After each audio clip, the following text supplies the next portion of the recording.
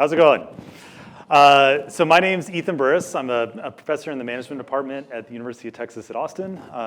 I am also the senior associate dean for academic affairs, which that means if you're not well-versed in dean speak, so I'm in charge of the academic side of the house for the McCombs School of Business, in charge of all faculty and then all the different programs, undergrad to graduate to PhD and non-degree executive education.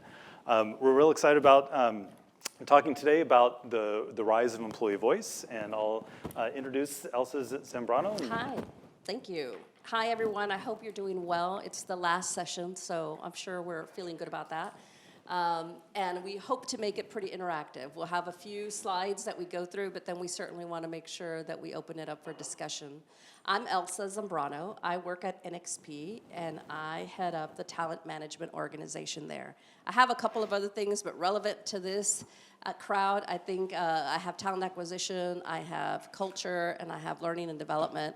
And so have spent a good part of the last couple of years working on culture and how we activate our culture at our company. So happy to be here with you. Prior to NXP, I probably have a lot of years in HR, probably about 30 years. And I've kind of, at this point, done a little bit of everything. So hoping for a great conversation with you guys today. So over the last couple weeks, I've had a chance to get to know Elsa a little bit better. And hopefully you guys are in for a good treat. So it's a mix of both academics. So I will say my research is on the role of employee voice, what leads employees to speak up in organizations, how managers respond to that feedback. And then we also have someone who's lived on the front lines of trying to think about that culture and how to instill a culture of voice where employees can feel free to speak up and also feel that their voice is heard. And so I have a couple slides just to kind of orient ourselves as to what it is we're talking about, present a little bit of the business case about why you should care about this as a concept.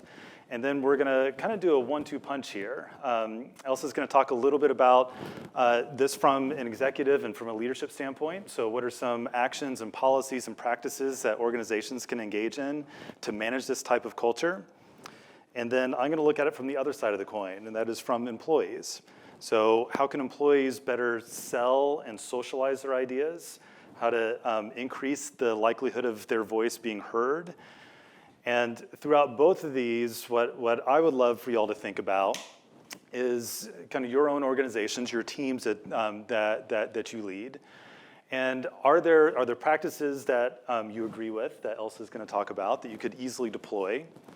But also from an employee standpoint, hearing how employees sell their ideas and what some of these tactics are more or less effective, what does that mean for how you listen to them? And some types of ideas that you would gravitate more naturally towards and those that you may be more apt to set aside in favor of some others. And then once we get through some of that, then we have lots of questions for you too. So get ready for that. All right, so I'm gonna kind of set up the case. And so a lot of this kind of comes back to what I'll call competitive positioning. And sort of the theory of the case for why you should care about voice is we let 1,000 flowers bloom, we get all ideas out on the table, and then organizations can take those different ideas, select the very best ones, implement those, and then be successful. And so kind of a first question I'll throw out there is, do you buy this theory? Is it correct that all we need to do is have a good amount of voice and then everything like daisies and flower, I guess these are tulips, kind of grow from there? So this is some of the questions that my colleagues and I have been trying to answer for the last number of years. And I'll qualify this. It is true in some cases, but not always. And so let me start to walk through some of these contingencies of voice and when it should be more impactful for you. And so the first is to think about when voice is actually useful. And kind of the first theme that has surfaced for us is voice is only impactful to the extent to which it's actually implemented. And so I don't know if you've ever had the chance of lending your ideas and input to those leaders who have the power to take action and nothing happens. At least our research has shown that it's better off to never ask your employees for their input than to ask for it and then not be responsive to that level of feedback. So this is a very large corporate-owned national restaurant chain, and these are low-level employees, and we captured not only how often they speak up to their leadership, but how responsive their leadership was to that feedback. And as you can see here, it has a tremendous impact on attrition. And for a company that was averaging about 180% turnover per year, this is real dollars and cents in terms of the amount of churn that those employees, that this organization goes through. So that's kind of theme number one. I got questions already. By responsive, do you just mean like listening or acting on that feedback? Meaning like the first one I could see a scenario where it's like, I've heard you, and then maybe it's yes or no, but if it's no, here's why, here's the greater context. Yeah. So I'm going to do the really awkward thing and repeat all of your questions for the recording, so sorry about that. So the question is, how are we measuring and operationalizing responsiveness? So there were about 3 different measures here that all kind of combined into one. One was about resources. So do kind of middle managers have the resources to take those ideas and actually implement them? The second was about an orientation towards change. Were they looking for ways to make changes in their own kind of, in this case, their own restaurant? And the last was, if they didn't have the ability to make change on their own, would they sell their ideas up the chain of command and sort of get help beyond that? And so each one of those kind of combined into what we called overall responsiveness. So it wasn't necessarily the case that they were saying no and provided that type of response back. What some other data shows that's helpful, but only up to a point. As soon as you play that out over a long period of time, that level of instrumentality, so when I speak up, will it actually make a difference, is a huge thing here. So again, kind of theme number one is voice is only beneficial if it actually leads to change. And so kind of the second question is, well, what leads to those changes in the first place? And for this is a financial institution, financial services institution. And we went into essentially these bank branches and started to map and understand, where does voice flow? So you can think about, to whom do you direct your input? Do you direct your feedback? You can speak up directly to your boss. You can speak to your colleagues, sort of sideways. I'll call that bitching and complaining. You can speak to leaders outside your unit, and of course your leader can hear from other employees around the organization. And what we found here is that after mapping out all these different flows, to the extent the voice really flows to the leaders who have the power and authority to take action within their own business units, that led to these differences in operational financial performance. If voice flowed around these leaders, that is, they left that local work unit, those work units suffered. So we've been able to repeat this not only in this kind of context, we've linked this to bottom line sales. This is from an insurance company. And so it's the same themes time and time again. Voice in and of itself is neither good nor bad. It's only beneficial to the extent it actually leads to change. And you need to think about the people who can actually drive that change in the first place, which is really leaders. So my last slide here to kind of set us up, and then I'm going to pitch it over to Elsa, is this. So I've just made the business case. Hopefully I've piqued your interest into why leaders should care about this stuff. My last question is, do employees actually do it? And so once again, time and time again, we find that employees are relatively uncomfortable in speaking up. And my favorite one is actually this one at the bottom. So we went into, it was about a dozen different organizations and asked the leaders to rate the overall quality, the novelty, the usefulness of the feedback given. And among those ideas that were rated as the top 100 for these dozen different organizations, it's the same 40% who've told their boss, or the same 60% who did not. So at any given point in time, leaders are missing out on hearing from about 60% of the very best ideas inside their organization. And more so, it's a far smaller percentage of those that are actually implemented. So to me, some of our challenge for today is to talk about how to elicit voice in a very compelling way to make leaders and managers open to that feedback, and then do so in a way that actually spurs action. And so we're going to hear from Elsa to talk a little bit about the approach to NXP, and then I'll kind of come back and talk about employees. Thank you. Very good. You know what I'm going to do, because I thought it was very interesting earlier when Ms. Glint was speaking relative to storytelling and narratives that you say. And even Seth, who was talking about the data relative to the Viva tool that they have and how you collect all that data. And figuring out voice, I think, is first starting with data and understanding what is it that the data tells you first. But data is important because you want to be able to rely on that message being accurate. So I think everything starts with data, and then you begin to literally look at it from a macro point of view, and then begin to collect what is the story telling me, a decision maker, about then what I might need to go do relative to voice that Ethan's just talked about, if I want to influence what I see the data telling me. So I'll tell you a little bit about how we're doing that at NXP. So this is pretty recent. You know, we, and it's not new. I bet many of you do this here, but we pivoted from what our strategy was. We would do a big pulse survey, or an engagement survey, I should call it, every year. So we would survey 30,000 people. And we're pretty good with data, and we're pretty good with action planning, but it was once a year. And honestly, by the time at the end of the year, and it does take that long with 30,000 people, I'm sure you all know, right, to send out the survey, you know, get it back, collect the data, analyze it, do the report, share it with management, go into action planning. I mean, you're literally in like September or November in that time frame.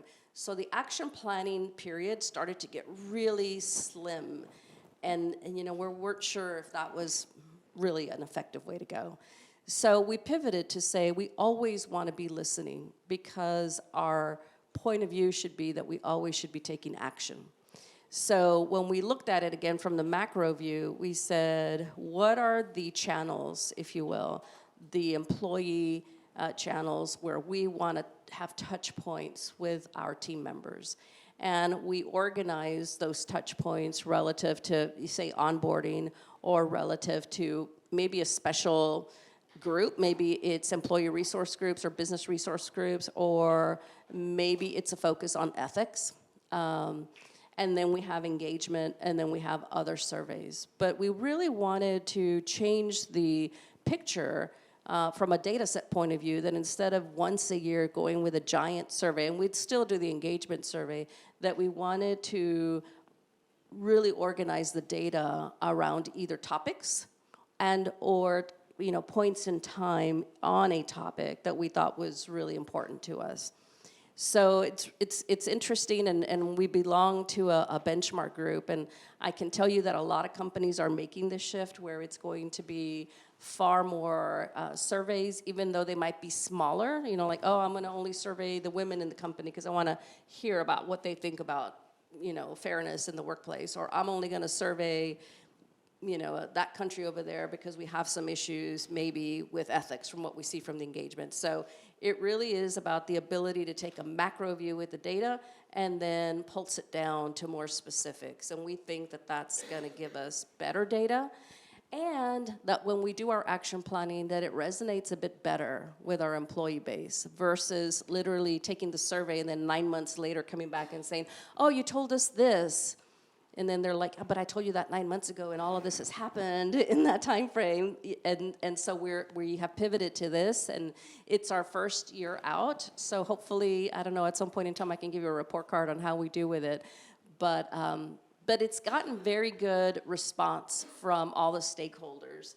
And again, you can see, just listening channels that we have, whether it's life cycle type of channels, onboarding, exit surveys, whether it's performance, one-on-ones, or feedback dialogues, whether it's those pulse surveys that I mentioned, the targeted audiences in targeted places, or whether it's our annual engagement survey. So the other thing that we did, and again, we think this helps us to react more quickly to any emerging issue, or just in general, just more quickly.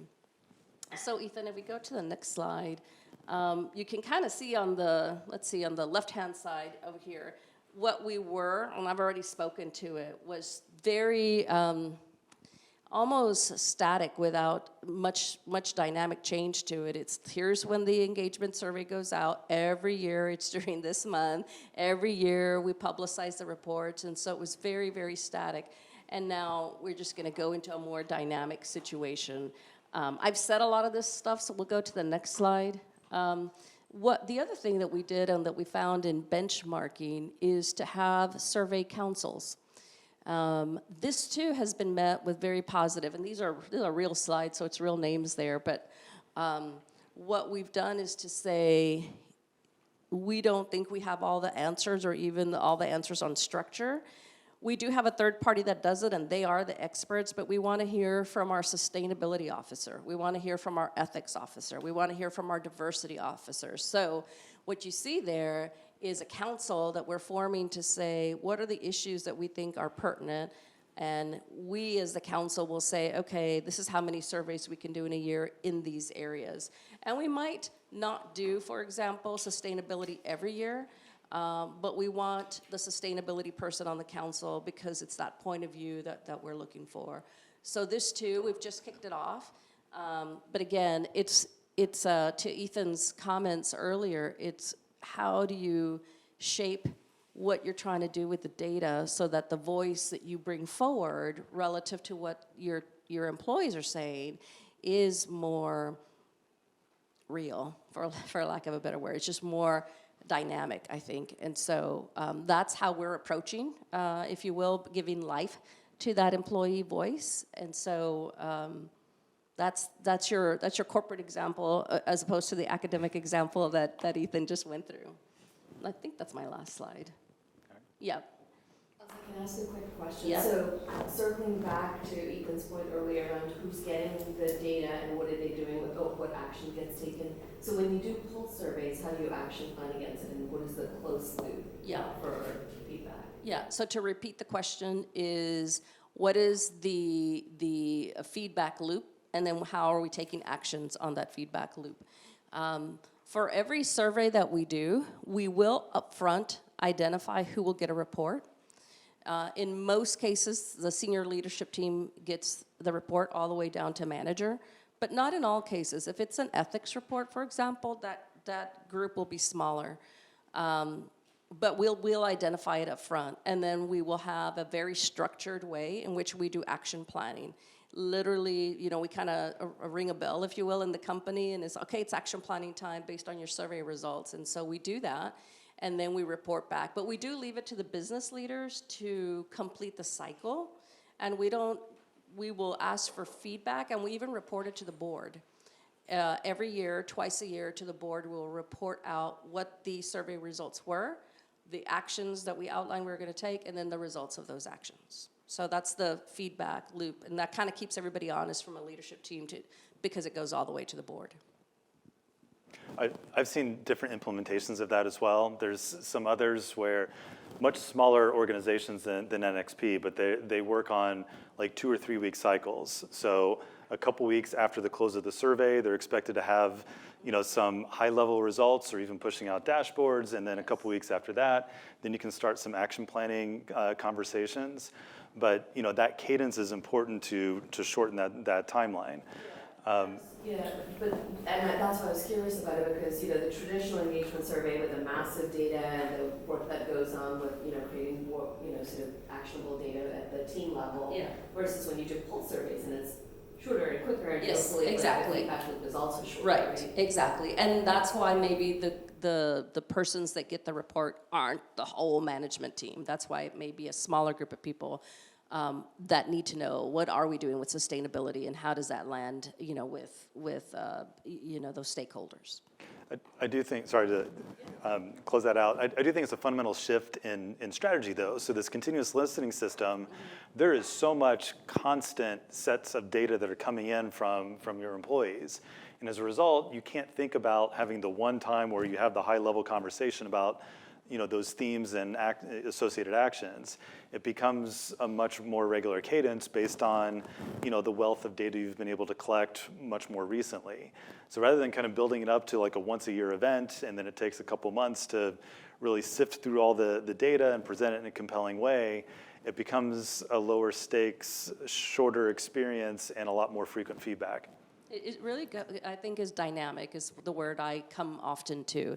It's dynamic, it's changing, you're responding more quickly, and that's why I think that then the issues resonate more, because it's not, oh, we took that survey 4 months ago. What was the theme again? It's really like, oh, this happened and in the company or in the environment, whatever that could have been. Could have been a social issue, and people are reacting to it. We tested it when the pandemic was here, right? And we tested doing special surveys on whether people wanted to work from home or not, whether people were feeling healthy. So we had a little bit of a pre-trial, if you will, and it worked well. And what is the accountability loop? So you have the action plans, but then how do you hold the people accountable for actually taking the actions? For me, I would describe that by saying that the business leaders and the CEO reporting to the board, we have to show what those action plans are, and we show what the results were. Okay. Yeah, and we show them the actual report. We show them the survey results and all of those things, yeah. So when you look at employee voice, what reasons do they give for not being willing to give the voice? For an employee not wanting the same thing? Are they worried about retribution or retaliation? Why doesn't an employee give a voice? Sure. So the question is what makes an employee withhold their feedback? What makes them hesitate to speak up? There's generically two, at least in the research, two different mechanisms, kind of psychological mechanisms for employees that provide some of these barriers. The first is a sense of psychological safety, so that's that element of risk.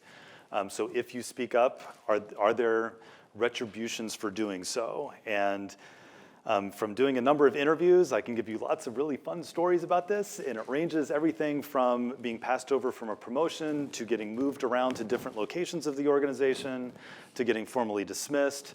But it's also more socially and feelings of ostracism in the workplace, of just feeling ignored.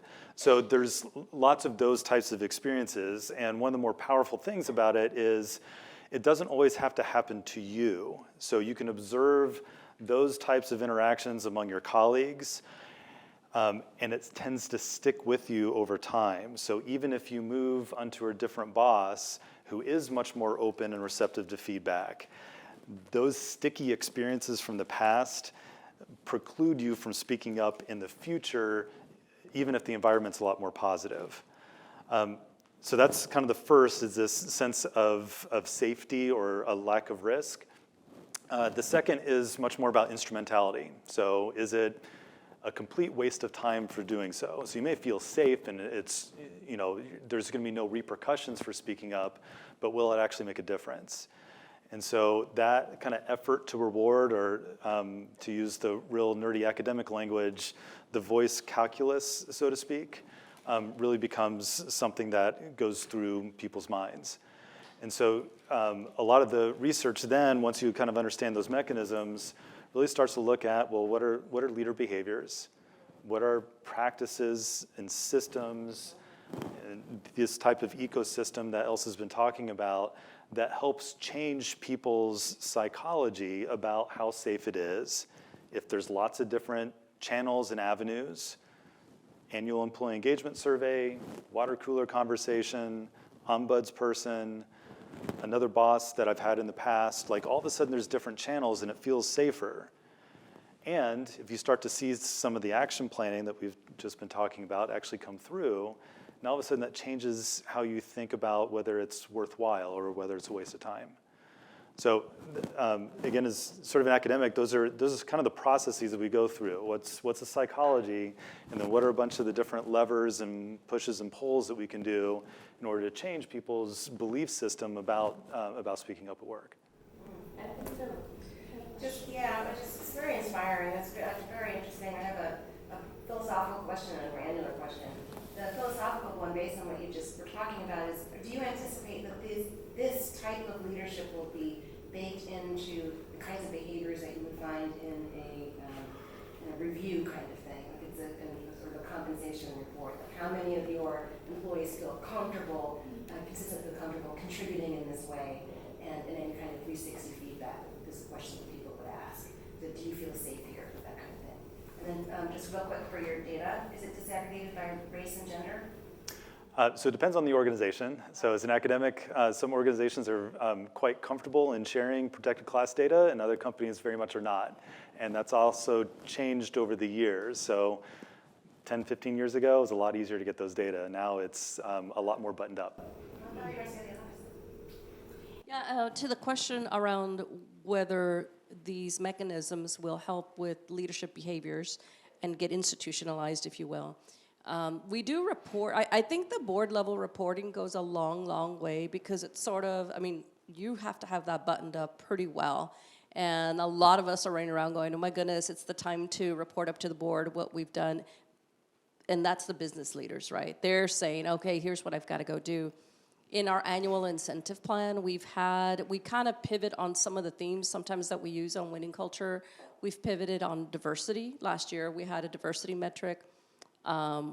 This year we have a well-being metric, so we really try to pivot on the people component of our annual incentive plan, those themes that emerge from the winning culture survey that we do, so that we action it, pretty thoroughly, and then of course communicate that as well pretty thoroughly. So I think so, but this is hard because changing that many people's behaviors over time, over cultures, over regions is really a daunting task. But we think that those mechanisms, and to structure that and to give it that shape so that it's just not, well, okay, we reported on it.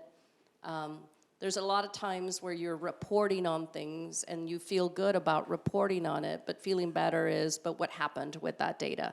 What did we do? So we really try to move just from a reporting point of view into what were the action plans and what were the results of those action plans. A question for you, or I guess anybody else here. I'm curious if these action plans that come out of these either poll surveys or engagements, do those get baked into the overall quarterly planning process? And the reason I ask that is, at least what I've learned from some people, is that there's almost this fear of doing these surveys, because then it's like, now I have like 5 more action items, but nothing else got taken off my plate. It's just like, now it's my day and my night job. And then what ends up happening is at the end of the quarter, some of these things end up falling because they weren't part of the, again, kind of that quarterly planning session.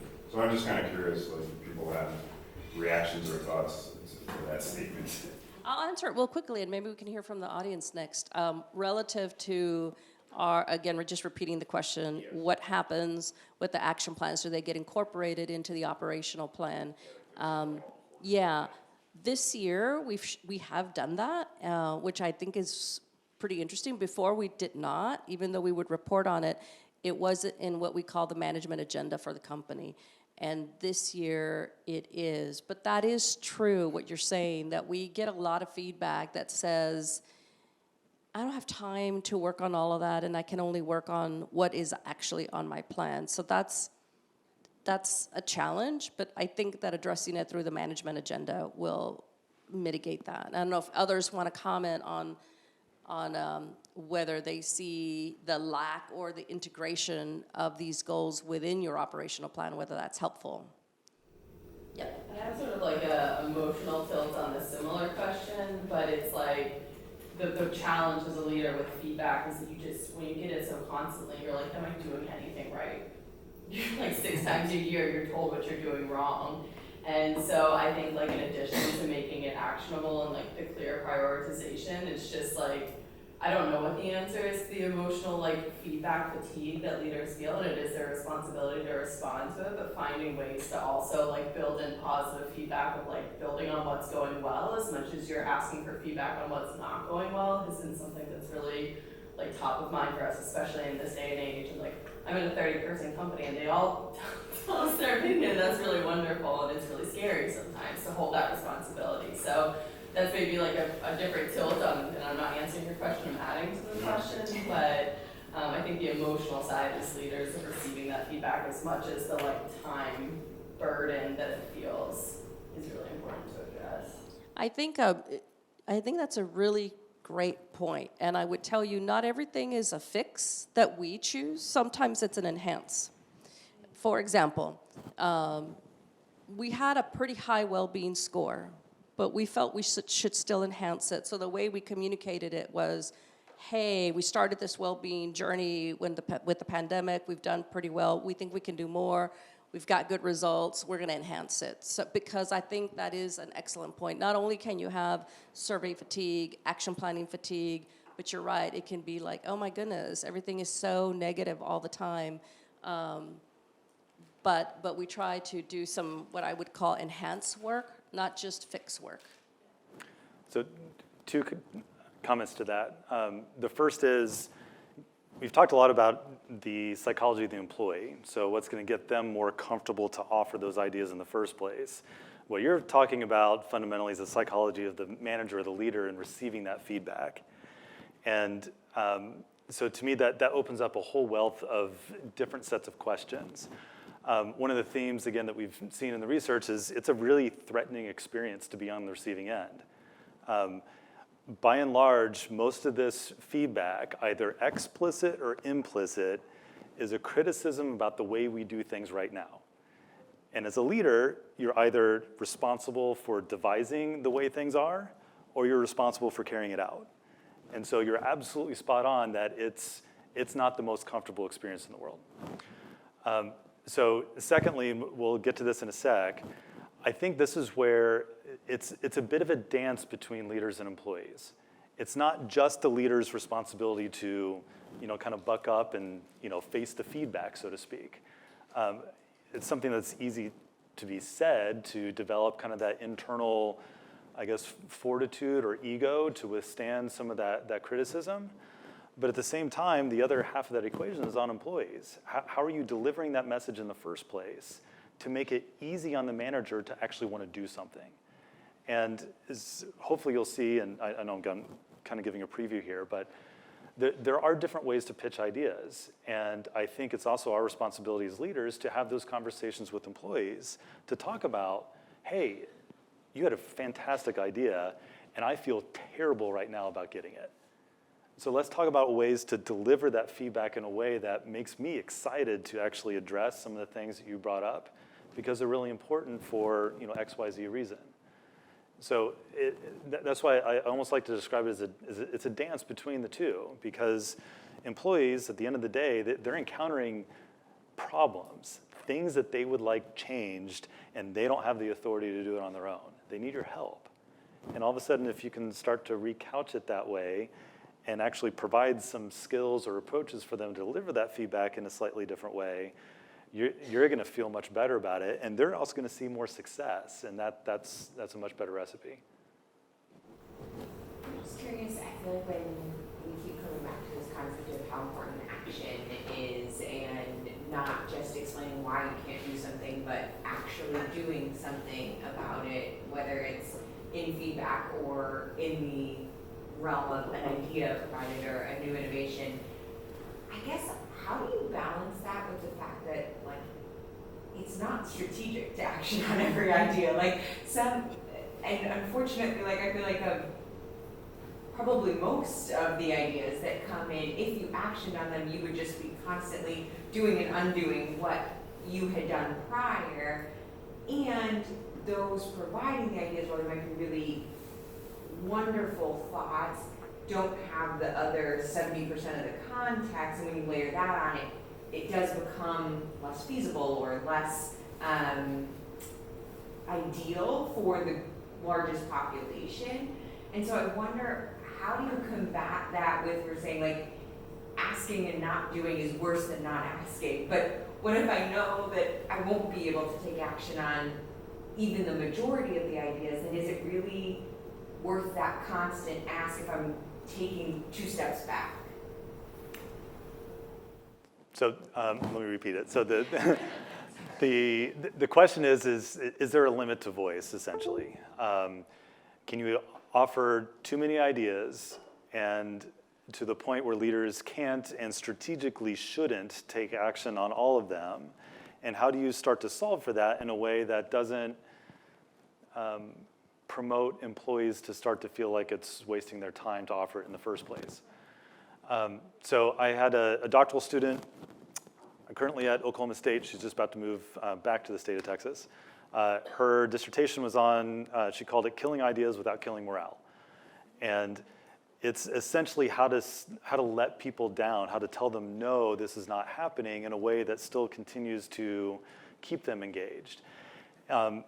So I can offer, some quick advice, but, there's a lot of devils in the detail. And of course, there's sets of trade-offs.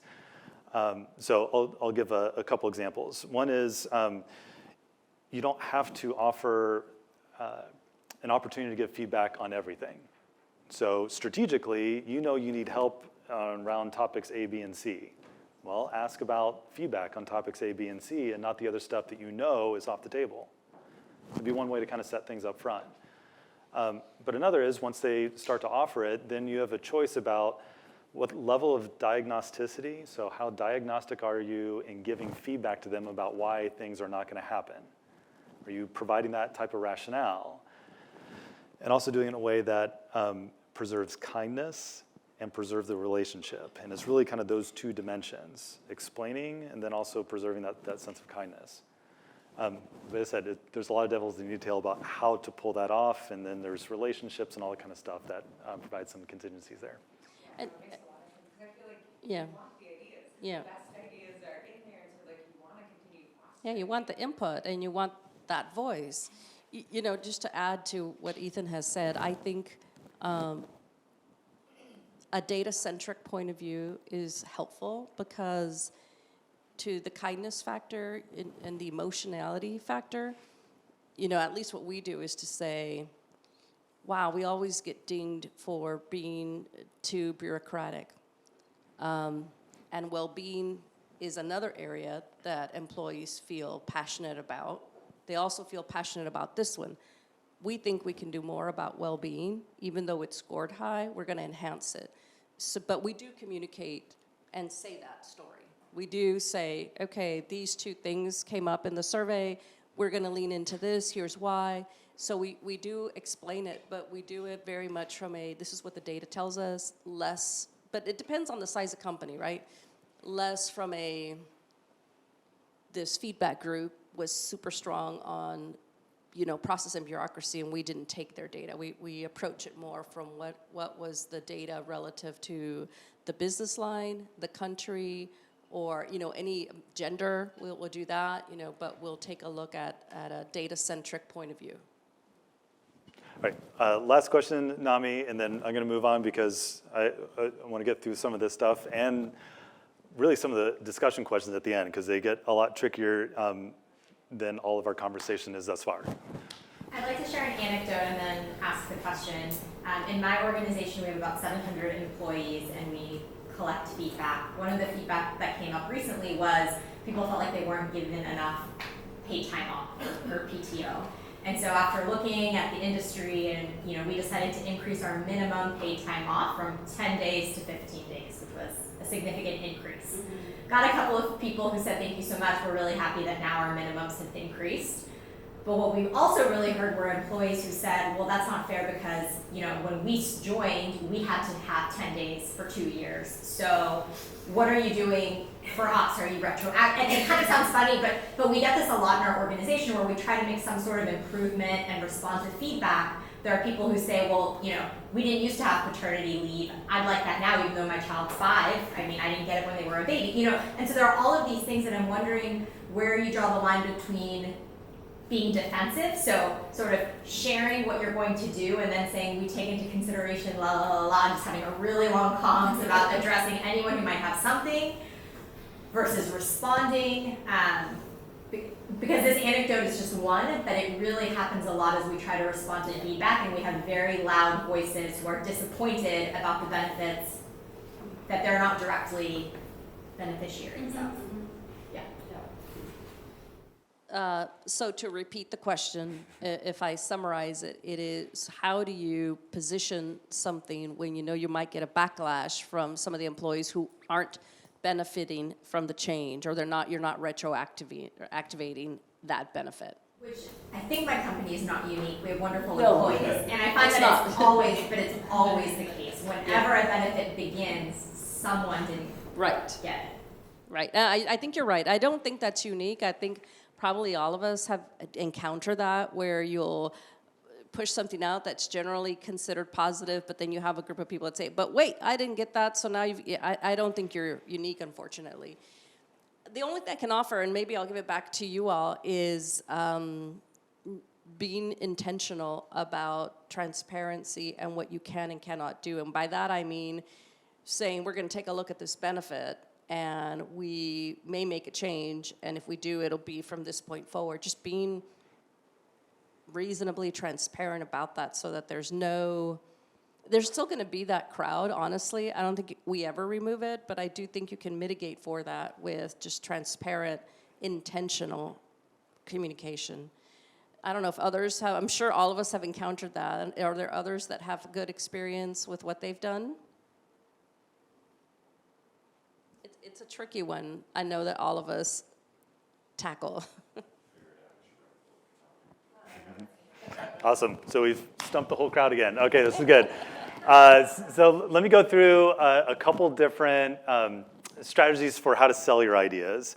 And I'll try and blitz through a few of these techniques as some quick examples.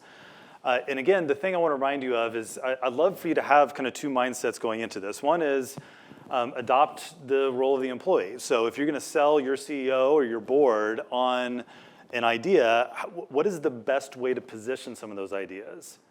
But then secondly, as being someone who receives those ideas, are there those that you tend to gravitate more towards, and are there others that you would tend to stay away from? All right. I will come over here.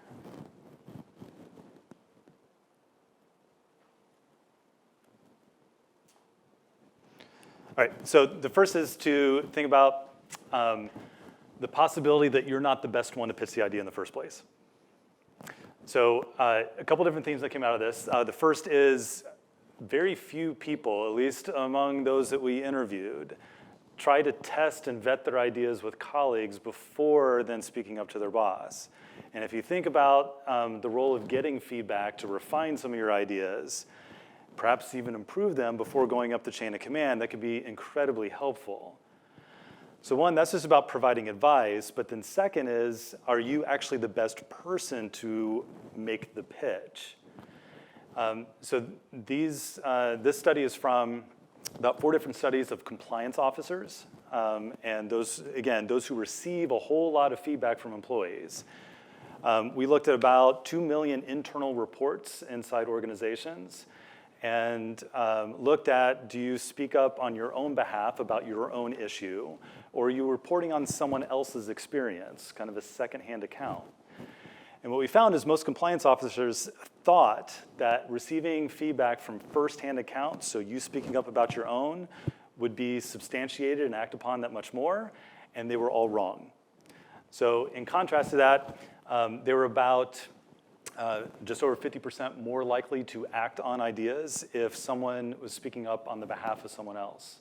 So think about why. If you speak up on behalf of someone else, you are pro-social. You are sticking your neck out to benefit somebody else, and all of a sudden that changes how you are seen. But secondly, there's someone else in the organization who knows about the stuff, right? And so that level of social proof that somebody else, that there are other people that know about the idea, that's also more powerful. The third is to think about how to then build support. So this is Paul Buchheit, the creator of Gmail. And if you start to follow his story on how he eventually pitched the idea for Gmail within Google, it wasn't like an immediate epiphany that he needed a better way to organize his email. It took time, and he got a lot of different people involved in improving that as kind of a core product before they actually formally pitched the idea for resources internally within Google. So this is kind of to speak to leverage your coworkers. But of course, don't let it just reside within your coworkers alone. You eventually have to go speak up to your boss. The second is thinking about framing. And the way I like to kind of toss this up is any idea that you have can be pitched as a brand new opportunity. That is, look at this shiny object, and if only we take action, here's all the great stuff that's going to happen. Or you can pitch that idea as a threat. So if we don't take action, here's all the bad stuff that's about to happen. So again, I want to take a pause here. What do you think is best in terms of pitching an idea, one or the other or both? And then in terms of you receiving that feedback, what types of ideas do you tend to gravitate towards, one or the other or some mix of the two? So again, this is about 5 different studies, both in the field and also some experiments. And what we found is most people end up mixing those 2 frames together in the very same pitch, and those ideas are supported the least. You want to pick one dominant frame. Now the question is which frame, right? So there's a personality factor, it's called regulatory focus. It basically describes 2 motivation systems that any one of us have. A promotion focus is someone who plays to win, they're risk-seeking, they jump first and figure out all the details later. Thinking about your entrepreneur is kind of a prototype there.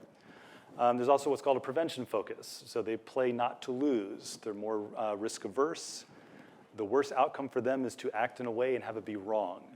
So you can probably see where I'm going with these pitches. If you pitch an idea as an opportunity, it really resonates with those that are more promotion-focused, those that play to win.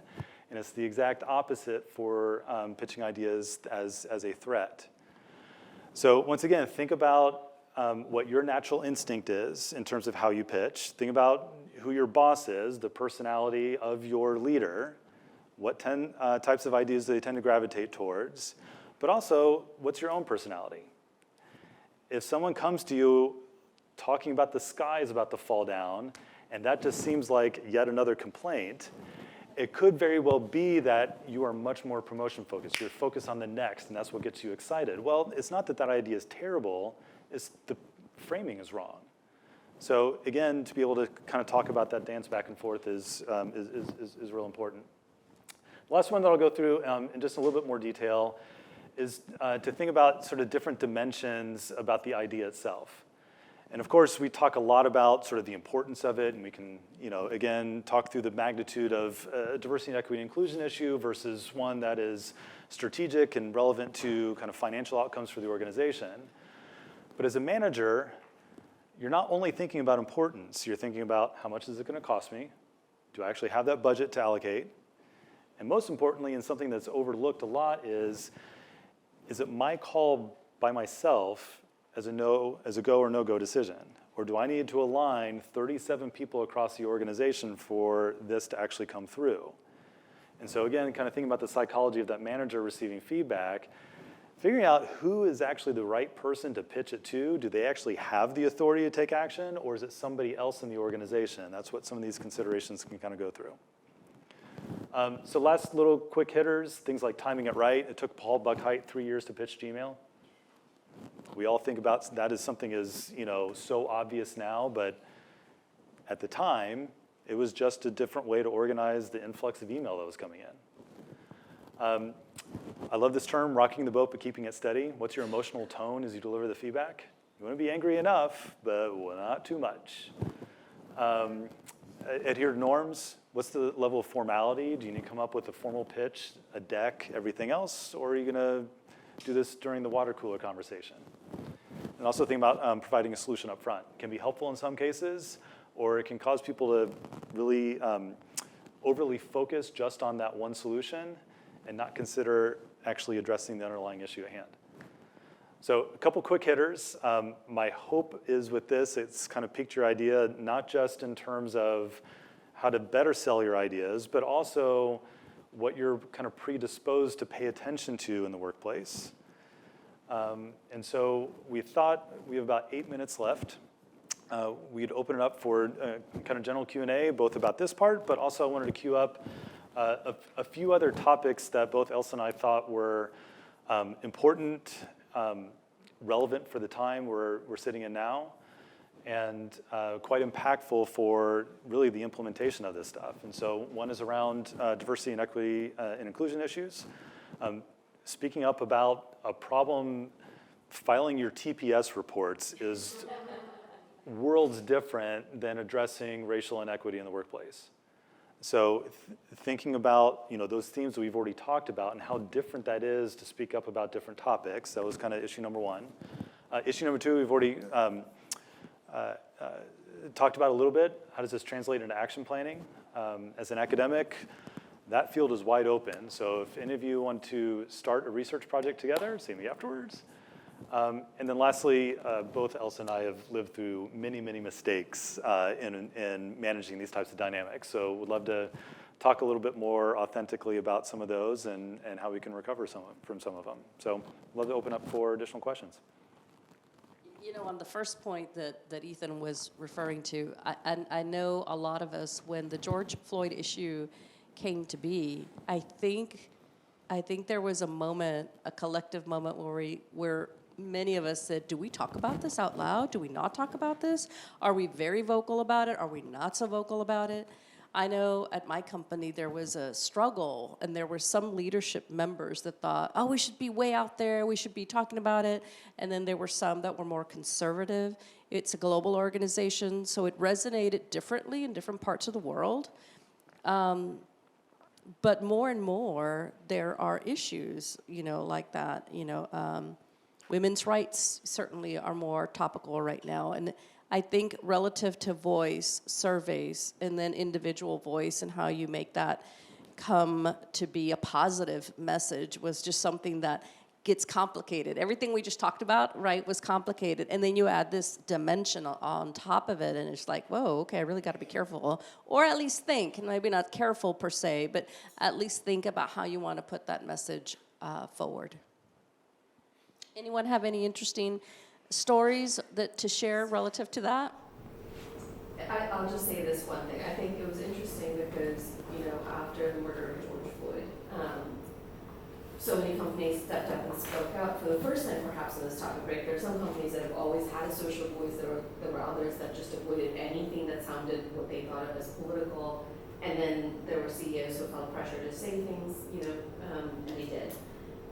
But then what happened immediately after, or maybe not immediately, but at a time was, well, how many other things am I going to talk about, right? Because then there was Asian hate, and then there was the, anti-abortion sentiment. Like, there was like, all right, so am I now talking on every social issue? Is that my place as a corporate CEO, And I don't know what the answer is. I mean, I'm curious to hear what my colleagues here think, but that's a constant struggle. Now, I'm currently in an organization where we have a social voice, so it's not an issue, but I was in a publicly traded company where that had consequences, especially when you have clients who can be across all, parts of the spectrum, right, in terms of their own beliefs. So it's going to be an interesting time, I think, as we wrestle this one down and see what is the corporate voice in social issues.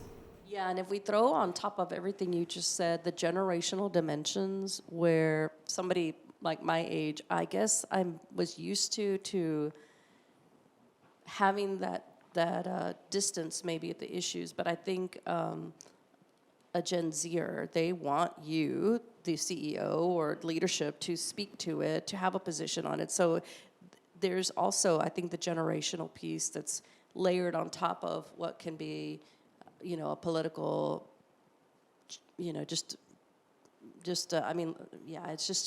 complex. If I can just, the one thing that I would say is sort of like authentic voice versus performative voice, right? Like, if it's authentic to you to talk about it, then it doesn't matter what you can talk about it. Yeah. But that's the problem with what happened after George Floyd, is it was performative in some cases. It was hard to kind of put the genie back in the bottle. Yeah. We grappled with that, and we've actually got a session going on right now that's talking about this exact thing, which is we stood up a committee essentially to say when is appropriate to speak out both internally and externally, right? Yes. So I think the power that we found is we could say a lot of things to our employees internally that we didn't feel like we always had to say something externally, and so we were able to just set up a methodology and a decision-making framework of, is it aligned to our corporate impact strategy? Is it aligned to the materiality of our business? What are the ramifications on all of our stakeholders? And then we have an impact council, and so we would put all of the decisions forward to the council. And one of the learnings that we had from it, which I think was really special, was we put both the recommendation and the dissenting voices as well. Because it kind of started to feel like not everybody was being heard. And we definitely, like, it is absolutely a spectrum of the most progressive voices that you could hear, probably some of the most conservative voices, and that's what makes that really special. The leaders were able to hear, okay, here's the recommendation based on the parameters that we put in place, but here's the, you know, the alternative points of view that we should also listen to as well. So. Yeah, that's really great. That's really great. It's sort of a mechanism you all have put in place because it is very complex. And I think you make a good point about anywhere we work, live, and play, there's going to be a voice over here and then another voice, you know, 180 degrees different, right? That's what we learn about inclusion and diversity, right? All companies are also not the same, so very large public company, very different from a smaller public company, very different from a private company, very different from a public education institution. We just had a faculty from University of North Carolina come in, and she was looking at very large kind of Fortune 1000, Fortune 1500 companies. And among those companies whose CEOs spoke out against racial inequity after George Floyd's murder, there was a short-term and negative market adjustment in stock returns based on that. Long-term, not so much, but it takes a level of courage to do that in the face of a lot of feedback. And so going into some of those decisions is not something you can do automatically or without forethought about how you're going to do it. I don't have any answers, just some stats. Like a few months ago, we ran like a 2,000 plus survey on basically this, like what do employees expect, and I'll just read a few of them. Nearly 1 in 4 respondents said they had declined a job offer or opted not to apply based on the company's stance on social issues. More than 1 in 4 would take a pay cut to work at a company that supported social issues they considered important. On average, that was like $5,000 per year. Over half of the respondents felt like their company's efforts to address social issues were inauthentic or performative. Females tend to think 72% versus males for 55%, but anyways, we're probably saying the obvious, but whether we want to or not is. And so if you start to play that out over time and you have both attraction and attrition based on political ideologies, just notice what that does to the makeup of those organizations. They become a lot more homogenous.